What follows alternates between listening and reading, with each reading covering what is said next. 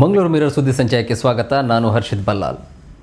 ಮಳಲಿಪೇಟೆಯ ಜಮ್ಮಾ ಮಸೀದಿಯ ಪ್ರಕರಣಕ್ಕೆ ಸಂಬಂಧಿಸಿದಂತೆ ನಗರದ 3ನೇ ಹೆಚ್ಚುವರಿ ಸಿವಿಲ್ ನ್ಯಾಯಾಧೀಶರ ಮತ್ತು ಜೆಎಂಎಫ್ ನ್ಯಾಯಾಲಯವು ಬುಧವಾರ ನೀಡಿದ ತೀರ್ಪಿನ ವಿರುದ್ಧ ಹೈಕೋರ್ಟ್ನಲ್ಲಿ ಮೇಲ್ಮನವಿ ಸಲ್ಲಿಸಲು ದಕ್ಷಿಣ ಕನ್ನಡ ಜಿಲ್ಲಾ ವಕ್ಫ್ ಸಲಹಾ ಸಮಿತಿ ಮುಂದಾಗಿದೆ.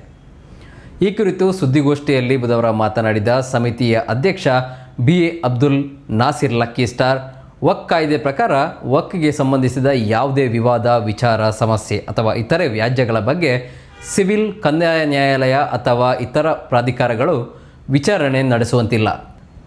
ವಕ್ಫ್ ಆಸ್ತಿಗೆ ಸಂಬಂಧಿಸಿದಂತೆ ಸಿವಿಲ್ ನ್ಯಾಯಾಲಯವು ವಿಚಾರಣೆ ನಡೆಸಬಹುದು ಎಂದು ತೀರ್ಪು ಬಂದಿರುವುದು ಅಚ್ಚರಿ ತಂದಿದೆ. ಈ ತೀರ್ಪಿನ ವಿರುದ್ಧ ಕಾನೂನು ಹೋರಾಟ ನಡೆಸಲಿದ್ದೇವೆ. ನಮಗೆ ನ್ಯಾಯ ಸಿಗುವ ವಿಶ್ವಾಸವೂ ಇದೆ. ಕಾನೂನು ಪರಿಣಿತರ ಸಲಹೆ ಪಡೆದು ರಾಜ್ಯ ವಕ್ಫ್ ಮಂಡಳಿ ಜೊತೆ ಚರ್ಚೆ ಮಾಡಿ ಈ ತೀರ್ಪನ್ನು ಹೈಕೋರ್ಟ್ನಲ್ಲಿ ಪ್ರಶ್ನಿಸುತ್ತೇವೆ ಎಂದಿದ್ದಾರೆ. ಕಾಂತಾರ ಸಿನಿಮಾ ದಿನದಿಂದ ದಿನಕ್ಕೆ ದಾಖಲೆಗಳನ್ನು ನಿರ್ವಹಿಸುತ್ತಿದ್ದು, ಈವರೆಗೆ ಕರ್ನಾಟಕದಲ್ಲಿ ಈ ಸಿನಿಮಾದ ಟಿಕೆಟ್ಸ್ ಬರೋಬ್ಬರಿ 1 ಕೋಟಿ ಮಾರಾಟವಾಗಿದೆ ಅಂತೆ. ಈ ಮೂಲಕ ಬಹುತೇಕ ದಾಖಲೆಗಳನ್ನು ಕಾಂತಾರ ಪುಡಿ ಮಾಡಿ ಮುನ್ನುಗ್ಗುತ್ತಿದೆ. ಕಾಂತಾರ ಸಿನಿಮಾ ಬಿಡುಗಡೆಯಾದ ಎಲ್ಲ ಭಾಷೆಗಳಲ್ಲೂ ಯಶಸ್ವಿಯಾಗಿ ಪ್ರದರ್ಶನವಾಗುತ್ತಿದೆ. ಜಾಗತಿಕ ಮಟ್ಟದಲ್ಲಿ ತಮ್ಮದೇ ಆದ ಹವಾ ಸೃಷ್ಟಿಸಿದ್ದಾರೆ. ಈಗಾಗಲೇ ಹಲವಾರು ದಾಖಲೆಗಳನ್ನು ನಿರ್ಮಿಸಿರುವ ಕಾಂತಾರ KGF ನಿರ್ಮಿಸಿದ್ದ ಎಲ್ಲ ದಾಖಲೆಗಳನ್ನು ಉಡಿಸ್ ಮಾಡಿ ತನ್ನದೇ ಆದ ದಾಖಲೆಗಳನ್ನು ನಿರ್ಮಿಸುತ್ತಿದ್ದು, ಇದೀಗ ಈ ಸಿನಿಮಾ ಕರ್ನಾಟಕದಲ್ಲಿ 1 ಕೋಟಿ ಟಿಕೆಟ್ಗಳನ್ನು ಮಾರಾಟ ಮಾಡಿದೆ. ಅಕ್ರಮ ಮರಳುಗಾರಿಕೆ ಕಣ್ಗಾವಲಿಗೆ ಜಿಲ್ಲಾಡಳಿತ ಹಾಕಿದ್ದ CC ಕ್ಯಾಮೆರಾ ಹಾನಿ ಮಾಡಿದ ಪ್ರಕರಣಕ್ಕೆ ಸಂಬಂಧಿಸಿದಂತೆ 2 ಆರೋಪಿಗಳನ್ನು ಉಳ್ಳಾಲ ಪೊಲೀಸರು ಬಂಧಿಸಿದ್ದಾರೆ. ಬಂಧಿತರನ್ನು ತುಂಬಿನಾಡು ಮೂಲದ ದಿಶಾಂತ್ ಮತ್ತು ರಕ್ಷಿತ್ ಎಂದು ಗುರುತಿಸಲಾಗಿದೆ. ಅವರು 2 ದಿನಗಳ ಹಿಂದೆ ಸೋಮೇಶ್ವರದಲ್ಲಿ ಮರಳು ಸಾಗಾಟ ಮಾಡುತ್ತಿರುವ ಉದ್ದೇಶದಿಂದ CC ಕ್ಯಾಮೆರಾಕ್ಕೆ ಹಾನಿ ಮಾಡಿದ್ದರು ಎಂದು ಪೊಲೀಸರು ತಿಳಿಸಿದ್ದಾರೆ. ಖಾಸಗಿ ಬಸ್ನಲ್ಲಿ ಪ್ರಯಾಣಿಸುತ್ತಿದ್ದ ವೇಳೆ ವೈದ್ಯಗೆ ಗುಪ್ತಾಂಗ ತೋರಿಸಿ ಬಸ್ ಕ್ಲೀನರ್ನನ್ನು ಉಳ್ಳಾಲ ಪೊಲೀಸರು ಬಂಧಿಸಿದ್ದಾರೆ. ಬಂಧಿತನನ್ನು ಬಜ್ಪೆ ಕೆಂಜಾರು ನಿವಾಸಿ ಮೊಹಮ್ಮದ್ ಇಮ್ರಾನ್ ಎಂದು ಗುರುತಿಸಲಾಗಿದೆ. ಮಂಗಳೂರಿನಲ್ಲಿ ಖಾಸಗಿ ವೈದ್ಯಕೀಯ ಕಾಲೇಜಿನಲ್ಲಿ ಅಸಿಸ್ಟೆಂಟ್ ಪ್ರೊಫೆಸರ್ ಆಗಿರುವ ಮಹಿಳಾ ವೈದ್ಯೆಯೊಬ್ಬರು ಬೆಂಗಳೂರಿನಿಂದ ಮಂಗಳೂರಿಗೆ ಐಡಿಯಲ್ ಬಸ್ನಲ್ಲಿ ಪ್ರಯಾಣ ಮಾಡುತ್ತಿದ್ದರು.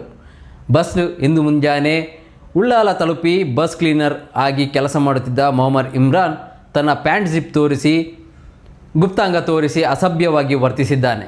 ಈ ಬಗ್ಗೆ ಮಹಿಳಾ ವೈದ್ಯೆ ನೀಡಿದ ದೂರಿನ ಮೇರೆಗೆ ಪ್ರಕರಣ ದಾಖಲಿಸಿ ಉಳ್ಳಾಲ ಪೊಲೀಸರು ಆರೋಪಿ ಇಮ್ರಾನ್ನನ್ನು ಬಂಧಿಸಿದ್ದಾರೆ. ನೀರಿಗೆ ಬಿದ್ದ ಚಡ್ಡಿಯನ್ನು ತೆಗೆಯಲು ಇಳಿದ ಯುವಕನೊಬ್ಬ ಮೇಲಕ್ಕೆ ಬರಲಾಗದೆ ನಗೆಪಾಟಲಿಗೀಡಾಗಿದ್ದು, ಈ ವಿಡಿಯೋ ಸಾಮಾಜಿಕ ಜಾಲತಾಣದಲ್ಲಿ ಭಾರಿ ವೈರಲ್ ಆಗಿದೆ. ನೀರಿಗೆ ಇಳಿದ ಯುವಕನನ್ನು ಬೋಟಿನಲ್ಲಿದ್ದ ಯುವಕರು ರಕ್ಷಣೆ ಮಾಡಿದ್ದಾರೆ. ಅಲ್ಲದೆ ಮೇಲ್ಭಾಗದಲ್ಲಿದ್ದವರು ಎಂಥ ಕರ್ಮ ಮಾರಾಯ, ಚಡ್ಡಿ ತೆಗೆಯಲು ಯಾರಾದರೂ ನೀರಿಗೆ ಹಾರ್ತಾರಾ, ಅದು 100 ರೂಪಾಯಿಗೆ ಸಿಗುತ್ತದೆ ಎಂದು ಹೇಳುವುದು ಕೂಡ ವಿಡಿಯೋದಲ್ಲಿ ಕೇಳುತ್ತಿದೆ. ಕರಾವಳಿಯ ಮೀನುಗಾರಿಕಾ ಬಂದರೊಂದರಲ್ಲಿ ನಡೆದ ಪ್ರಸಂಗ ಇದು. ಮೀನುಗಾರಿಕೆ ದೋಣಿಯ ಕಾರ್ಮಿಕರೊಬ್ಬರು ಅಂಡರ್ವೇರ್ ನೀರಿಗೆ ಬಿದ್ದಿದ್ದು ಅದನ್ನು ತೆಗೆಯಲು ನೀರಿಗೆ ಹಾರಿದ್ದಾರೆ. ಆದರೆ ಮೇಲಕ್ಕೆ ಬರಲಾಗದೆ ಒದ್ದಾಡುತ್ತಿದ್ದಾಗ ಬೋಟಿನಲ್ಲಿದ್ದವರು ಹಗ್ಗವನ್ನು ಇಳಿಬಿಟ್ಟು ಅವರನ್ನು ಮೇಲಕ್ಕೆ ಎಳೆದಿದ್ದಾರೆ. ಸದ್ಯ ಈ ವಿಡಿಯೋ ವೈರಲ್ ಆಗಿದೆ. ಬದಿಯಡ್ಕದ ಖ್ಯಾತ ದಂತವೈದ್ಯ ಡಾಕ್ಟರ್ ಕೃಷ್ಣಮೂರ್ತಿ S ಅವರು ನಾಪತ್ತೆಯಾಗಿದ್ದಾರೆ.